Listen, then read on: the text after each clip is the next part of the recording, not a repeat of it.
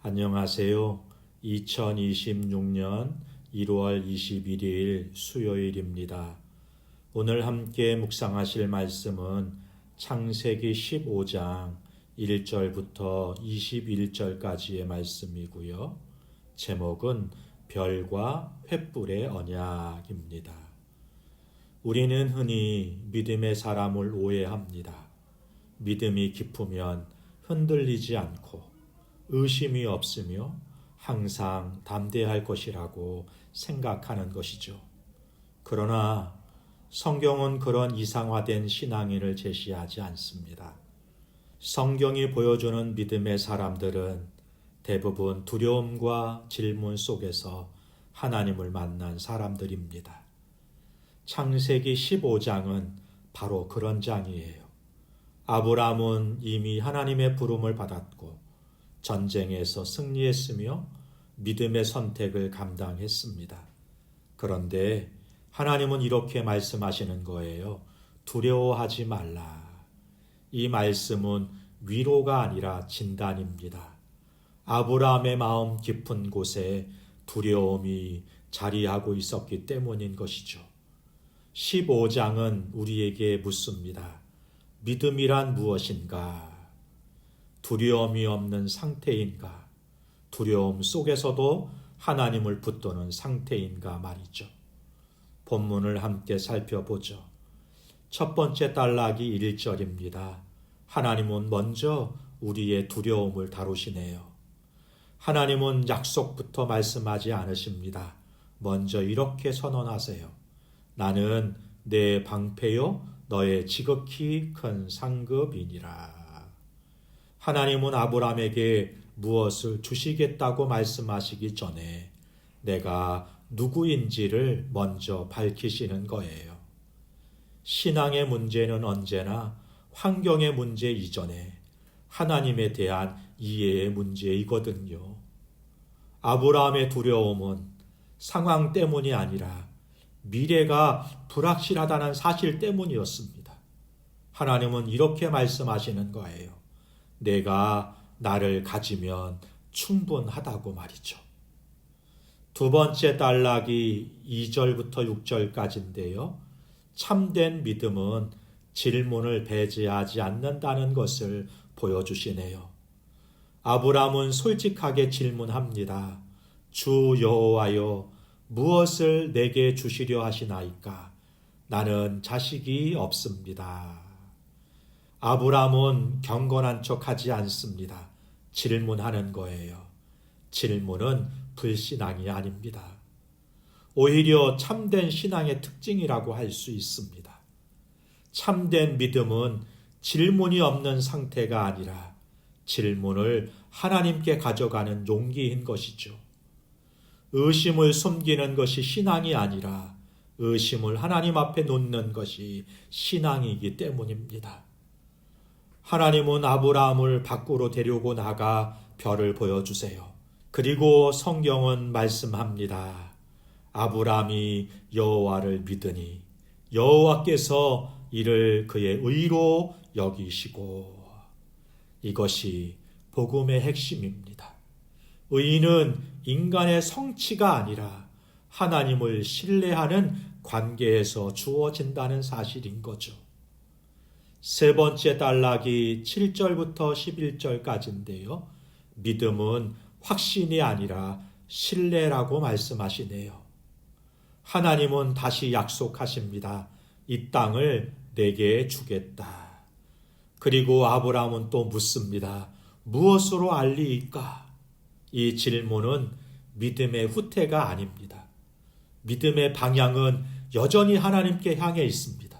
단지 그는 이렇게 말하고 있는 것이죠. 하나님, 저는 아직 불안합니다. 놀랍게도 하나님은 이 불안을 꾸짖지 않으세요. 대신 언약의 의식으로 응답하십니다. 여기서 우리는 중요한 사실을 볼 수 있어요. 하나님은 강한 믿음만을 상대하시는 분이 아니라 연약한 믿음을 붙들어 주시는 분이라는 것입니다. 네 번째 단락이 12절부터 17절까지 말씀인데요. 횃불의 언약, 누가 책임지는가를 보여주시네요. 이제 본문의 절정에 이르죠. 아브라함은 깊은 잠에 빠집니다. 아무것도 하지 않습니다. 아무 약속도 하지 않습니다. 그리고 횃불과 화로가 쪼개진 고기 사이로 지나가게 됩니다. 고대 언약에서요, 이 행동의 의미는 분명해요. 이 언약이 깨지면 그 책임은 지나간 자가 진다는 것입니다. 그러나 아브라함은 지나가지 않죠. 하나님만 지나가셨습니다. 이것이 복음이에요. 언약의 성취는 인간의 신실함에 달려있지 않고 하나님의 신실함에 달려있다는 것을 보여주시고 선포하시는 것입니다. 구원의 확실성은 나의 붙들매 있는 것이 아니라 하나님의 붙드심에 있는 것입니다.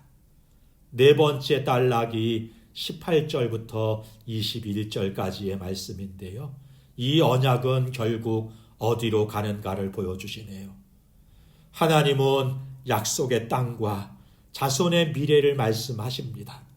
그 안에는 고난도 포함되어 있습니다.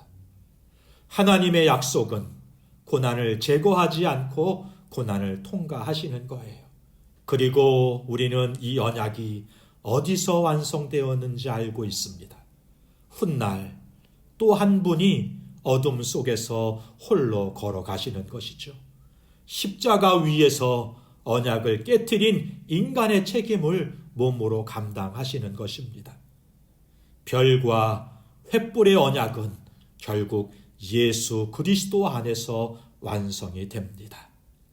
사랑하는 성도 여러분, 창세기 15장은 믿음의 정의를 다시 써줍니다.